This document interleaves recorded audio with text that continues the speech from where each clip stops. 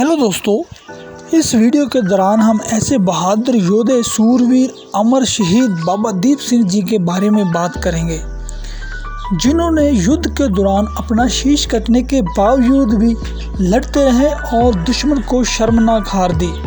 उन्होंने अपने धर्म की आन बान और शान रखने के लिए अपने प्राणों की आहुति दी।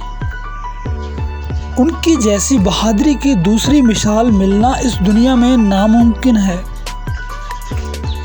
ऐसे महान योद्धा की जीवन कथा सुनकर हमारे सबके रोंगटे खड़ा होना स्वाभाविक बात है।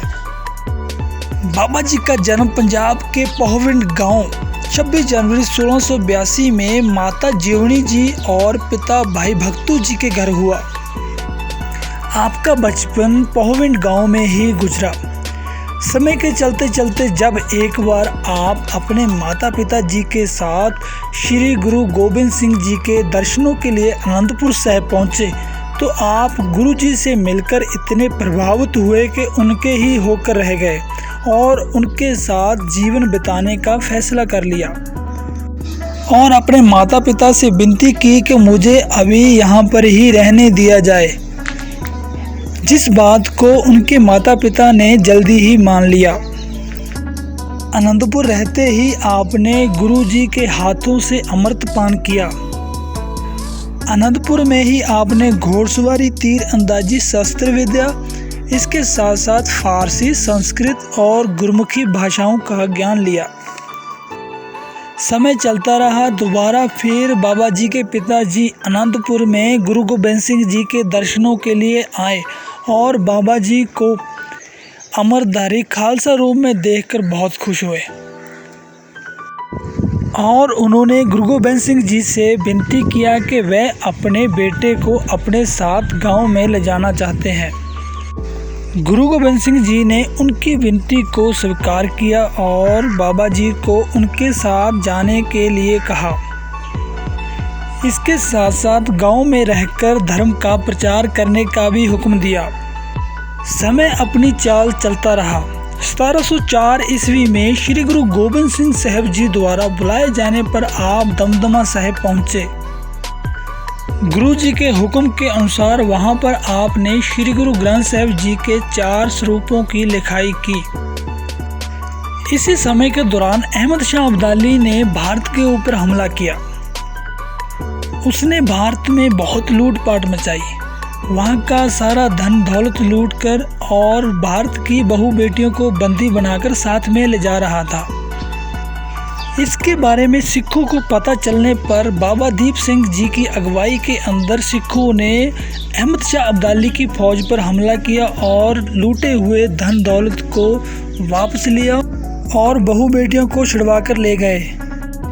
इस घटना के बाद अहमद शाह अब्दाली सिखों के ऊपर चिढ़ा हुआ था और सिखों को अपना सबसे बड़ा दुश्मन मानने लगा था। इसलिए उसने सिखों को ख़त्म करने का फैसला किया। सिखों के बारे में जानने की उत्सुकता अहमद शाह अब्दाली की दिन ब दिन बढ़ रही थी।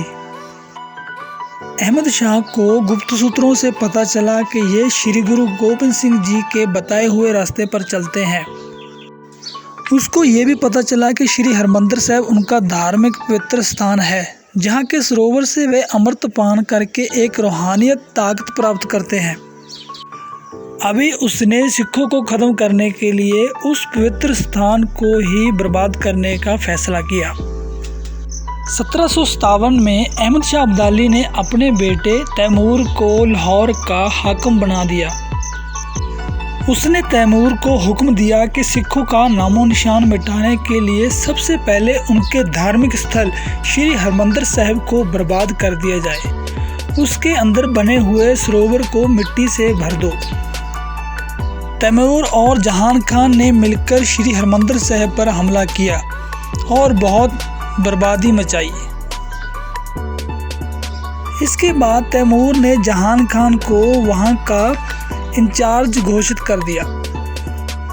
इस घटना के बाद बाबा दीप सिंह जी को एक सिख द्वारा इस घटना से अवगत कराया गया। उस समय बाबा जी की उम्र 75 साल की थी। जब उन्हें इस घटना का पता चला तब वह एक कलम से कुछ लिख रहे थे। ये घटना के बारे में सुनते ही बाबा जी की आंखों में खून उतर आया। उन्होंने हाथ से कलम छोड़ दी और खंडे को हाथ में ले लिया। उस समय बाबा जी के साथ केवल 8 सिख थे।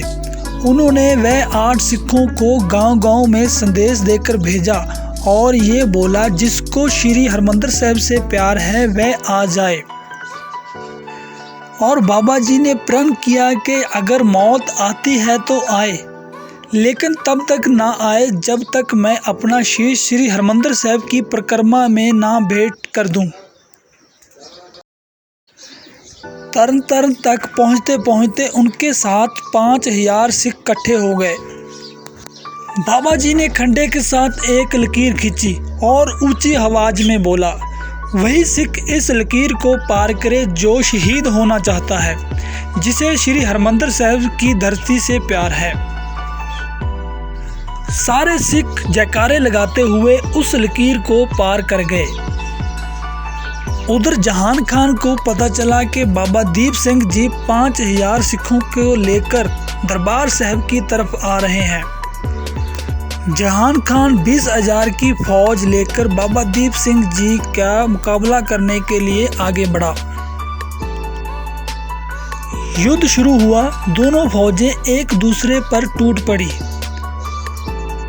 जहान खान और बाबा दीप सिंह जी ने एक दूसरे के ऊपर बराबर वार किया और दोनों का सर धड़ से अलग हो गया।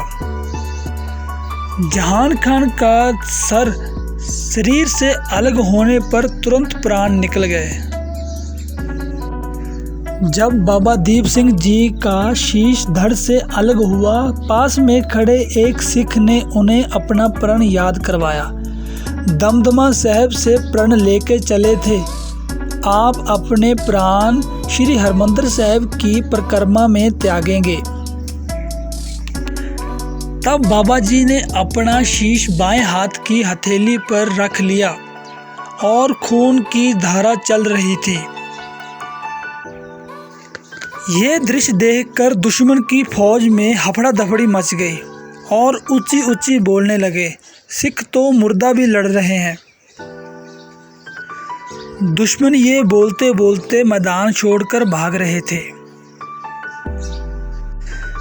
बाबा दीप सिंह जी खंडा चलाते हुए श्री हरमंदिर साहिब की तरफ बढ़े और जब उन्हें सामने श्री हरमंदिर साहिब जी दिखाई दिए तो उन्होंने अपना शीश श्री हरमंदिर साहिब की परिक्रमा में रखा और अपने प्राण त्याग दिए। सिख इतिहास में बाबा दीप सिंह जी का बहुत मान सम्मान है। दोस्तों, अगर वीडियो अच्छा लगा हो तो चैनल को सब्सक्राइब करें और बेल आइकन को प्रेस करें।